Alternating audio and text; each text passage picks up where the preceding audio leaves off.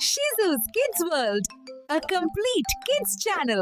ദയവായി ഈ channel subscribe ചെയ്യുകയും പിന്തുണയ്ക്കുകയും ചെയ്യുക. സിംഹവും എലിയും. ഉറങ്ങിക്കൊണ്ടിരുന്ന സിംഹത്തിന്റെ ദേഹത്തേക്ക് എന്തോ ഒരു സാധനം വീണതായി തോന്നി. അവൻ ഉറക്കമുണർന്നു. ഒരു എലിയായിരുന്നു അബദ്ധത്തിൽ സിംഹത്തിന്റെ ദേഹത്തേക്ക് വീണത്.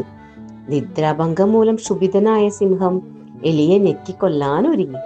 പ്രാണരക്ഷാർത്ഥം മൂഷികൻ കേണു.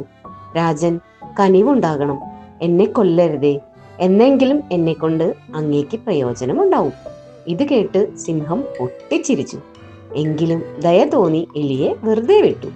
നാളുകൾ കഴിഞ്ഞപ്പോൾ ഒരു ദിവസം സിംഹം ഒരു വേടന്റെ വലയിൽപ്പെട്ടു.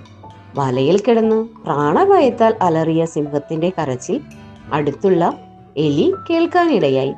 തന്നെ ജീവനോടെ വിട്ടയച്ച സിംഹമാണ് അപകടത്തിൽപ്പെട്ടിരിക്കുന്നതെന്ന് അവന് മനസ്സിലായി.